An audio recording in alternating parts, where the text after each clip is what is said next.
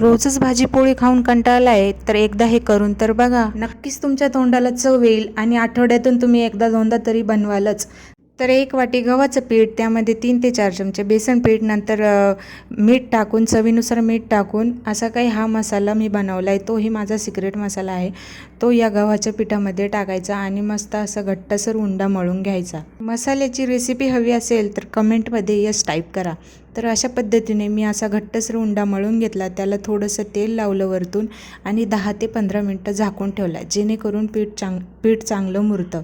जे काही टाकायचं होतं ना, सगळं ते मसाल्यामध्ये टाकलेलं होतं, म्हणून यामध्ये जास्त काही करायची गरज नाही. फक्त तेल आणि पाणी घालून मस्त उकळायला ठेवलं. ते पीठ केलेलं होतं त्याचे असे शेंगोळे बनवून घेतले आणि ते चिकट नाही एकमेकांना चिटकू नये म्हणून मी त्याच्यावर थोडंसं पीठ टाकलं आणि पाण्यामध्ये हे सोडून दिले. थोडंसं पीठ मी बाजूला ठेवलं होतं, ते पाण्यामध्ये मिक्स करून त्या शेवत्यांमध्ये टाकून द्यायचं, जेणेकरून मस्त असे घट्ट शेवते तयार होतात आणि 15 ते 20 मिनटं उकळून द्यायचे आणि मस्त असे सर्व करायचे. गरम गरम खूप छान लागतात. सबस्क्राईब नक्की करा. बाय.